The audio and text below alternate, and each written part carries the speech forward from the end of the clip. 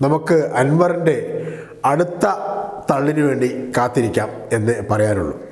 LDF സ്വതന്ത്രനായി Kerala നിയമസഭാംഗമായ PV Anwar സാങ്കേതികമായി സ്വതന്ത്ര സാമാജികനാണെങ്കിലും LDFൻ്റെ ബാനർ ജയിച്ച ആൾ എന്നുള്ള യാഥാർത്ഥ്യം നിലനിൽക്കെ അദ്ദേഹത്തിന് ഇനി സാങ്കേതികത്വം പറഞ്ഞ് നിലമ്പൂർ MLA ആയി തുടരുന്നതിന് എന്ത് ന്യായമാണ് പറയാനുള്ളത്?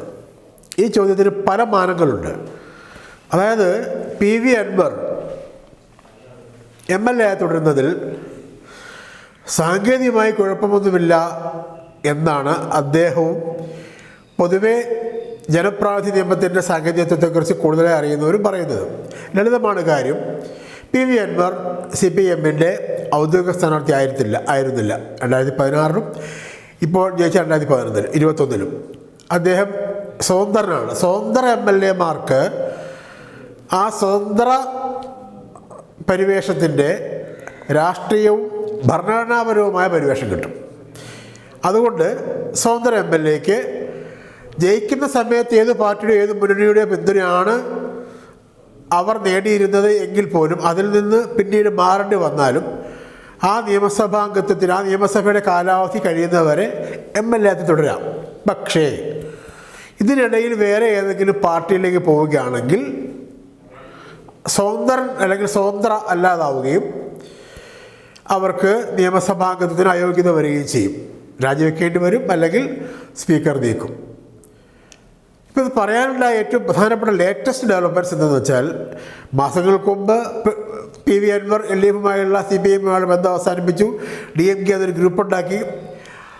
അങ്ങനെയൊക്കെ നിൽക്കുമ്പോൾ UDF-ഉമായി ചർച്ച നടത്തി, കോൺഗ്രസുമായി ചർച്ച നടത്തി. ഏറ്റവും ഒടുവിൽ കൊൽക്കത്തയിൽ ചെന്ന് അദ്ദേഹം കൊൽക്കത്തയിലെ ഭരണകക്ഷിയായ തൃണമൂൽ കോൺഗ്രസിൻ്റെ TMCയുടെ ഔദ്യോഗികമായി TMCയുടെ ഭാഗമായി മാറി. അദ്ദേഹം ഇപ്പോൾ TMCയുടെ ദേശീയ ജനറൽ സെക്രട്ടറിയാണ്. അദ്ദേഹത്തെ TMCയിലേക്ക് സ്വാഗതം ചെയ്തുകൊണ്ട് നിലമ്പൂർ MLA ആയ PV അൻവർ ഞങ്ങളോടൊപ്പം വന്നിരിക്കുന്നു എന്ന് X-ൽ കുറിപ്പിട്ടത്. അതിൻ്റെ ഫോട്ടോയും അവർ ഒന്നിച്ചെടുക്കുന്ന ഫോട്ടോയും അദ്ദേഹം പോസ്റ്റ് ചെയ്തു. അതിന് തുടർച്ചയായിട്ട് സ്വന്തം അണികൾക്ക് PV അൻവർ കൊടുക്കുന്ന ഒരു വോയിസ് മെസ്സേജും പുറത്തു വന്നു. എന്താണ്? ഞാൻ കേരളത്തിലെ TMCയുടെ സ്റ്റേറ്റ് കോർഡിനേറ്റർ ചുമതലയായിട്ട് എടുത്തിരിക്കുന്നു. അതിന് തൊട്ടു പുറകെ വരുന്ന വാർത്ത, അദ്ദേഹം ഔദ്യോഗികമായി TMCയുടെ അംഗത്വം എടുക്കുന്നില്ല. ഇതെല്ലാം കൂടി ജനങ്ങളെ ആശയക്കുഴപ്പത്തിലാക്കുന്നുണ്ട് എന്നുള്ളതാണ് പ്രശ്നം. ജനപ്രാതിനിധ്യ നിയമം എന്ന് പറയുന്ന കാമ്പും കഴമ്പുമുള്ള ഒരു നിയമത്തിൻ്റെ അടിസ്ഥാനത്തിലാണ് സാമാജികരുടെ നിലയും നിലനിൽപ്പും സാങ്കേതികമായി നിർവചിക്കപ്പെടുന്നത്. അതുപ്രകാരം TMCയുടെ അംഗമാകാത്ത അൻവറിന് MLA തുടരാം എന്നാണുള്ള വെപ്പ്. പക്ഷേ വഴിയെ പോകുന്ന ഒരാൾക്ക് TMCയുടെ സ്റ്റേറ്റ് കോർഡിനേറ്റർ ആകാൻ പറ്റുമോ? അദ്ദേഹം സാങ്കേതികമായി അംഗമായിട്ടില്ല എന്ന് പറയുന്നു. അപ്പോൾ ബംഗാൾ ഭരിക്കുന്ന ദേശീയ തലത്തിൽ തന്നെ ഏറ്റവും ശ്രദ്ധേയരായ നേതാക്കന്മാരിൽ ഒരാളായ മമതാ ബാനർജിയുടെ നേതൃത്വത്തിലുള്ള തൃണമൂൽ കോൺഗ്രസിൻ്റെ കേരളത്തിലെ സ്റ്റേറ്റ് കോർഡിനേറ്റർക്ക് തൃണമൂലിൻ്റെ ഉമ്മറത്ത് മാത്രമാണ് സ്ഥാനം. രണ്ട് രീതിയിലുള്ള ചോദ്യങ്ങൾക്ക് പ്രസക്തിയുണ്ട്. തൃണമൂലിൻ്റെ ഉമ്മറത്ത് മാത്രം സ്ഥാനമുള്ള ഒരാൾക്ക് തൃണമൂലിൻ്റെ അഡ്രസ്സിൽ കേരളത്തിൽ ആളെ കൂട്ടാൻ എന്ത് ക്രെഡിബിലിറ്റിയാണുള്ളത്, എന്ത് വിശ്വാസ്യതയാണുള്ളത്? അതൊരു രാഷ്ട്രീയമായ ചോദ്യമാണ്. സാങ്കേതികമായ മറ്റൊരു ചോദ്യം, അങ്ങനെ ഉമ്മറത്ത് നിൽക്കുന്ന അംഗത്വമില്ലാത്ത ഒരാൾക്ക് എങ്ങനെ തൃണമൂലാകാൻ കഴിയും എന്ന ചോദ്യത്തിന് തുടർച്ചയായ ചോദ്യം. അംഗമായിട്ടില്ലെങ്കിൽ MLA ആയി തുടരാം എന്നതുകൊണ്ട് PV അൻവർ MLA സ്ഥാനത്ത് കടിച്ചു തൂക്കി കിടക്കുകയാണോ? 1.5 വർഷം കൂടിയാണ് കേരള നിയമസഭയ്ക്ക്, ഇപ്പോഴത്തെ നിയമസഭയ്ക്ക് കാലാവധി 16 മാസം. സ്വാഭാവികമായും ഇപ്പോൾ അൻവർ രാജിവെച്ചാൽ 6 മാസത്തിലധികം കാലാവധി ഉള്ളതുകൊണ്ട് തന്നെ അവിടെ ഉപതെരഞ്ഞെടുപ്പ് വരും. ആ ഉപതെരഞ്ഞെടുപ്പിൽ ജയിക്കാമെന്നുള്ള ധൈര്യം ഈ സോക്കോൾഡ് നിലമ്പൂർ സമൂഹത്തിനില്ലേ? ഞാൻ തീപ്പന്തമാകും എന്നാണല്ലോ അൻവറിൻ്റെ വിഖ്യാതമായ പ്രഖ്യാപനം.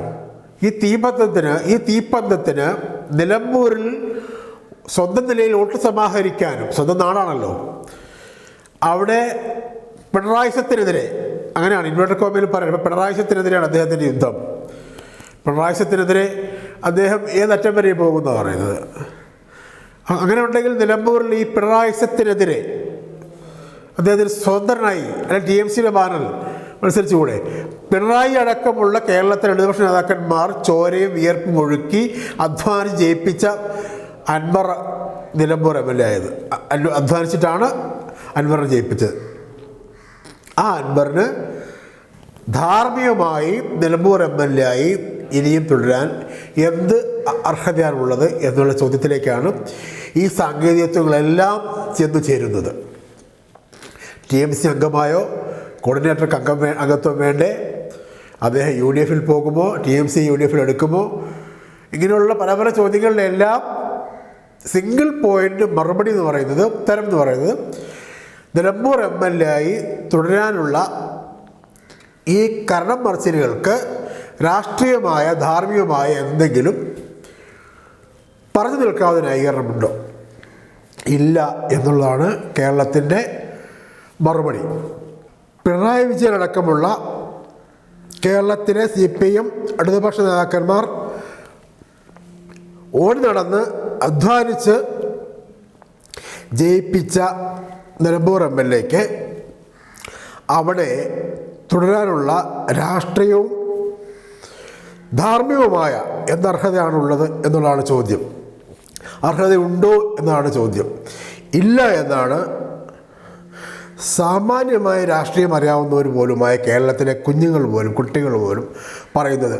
അത് കേൾക്കാനുള്ള കാത് അൻവറിൻ്റെ രാഷ്ട്രീയ ആർജവത്തിനുണ്ടെങ്കിൽ PV അൻവർ തൃണമൂൽ കോൺഗ്രസ് എന്നോ മറ്റെന്തെങ്കിലും കേരളത്തിലെ അർത്ഥത്തിൽ, കേരളത്തിലെ സാഹചര്യത്തിൽ എന്തെങ്കിലും കടലാസ് പാർട്ടികളെന്നോ പറഞ്ഞ് കുട്ടിക്കരണം അറിയാതെ രാജിവെച്ച് ഉപതെരഞ്ഞെടുപ്പിന് അവസരമുണ്ടാക്കണം എന്നുള്ളതാണ് ഒരു സാധാരണ മാധ്യമപ്രവർത്തകൻ എന്ന നിലയ്ക്ക് പറയാനുള്ളത്.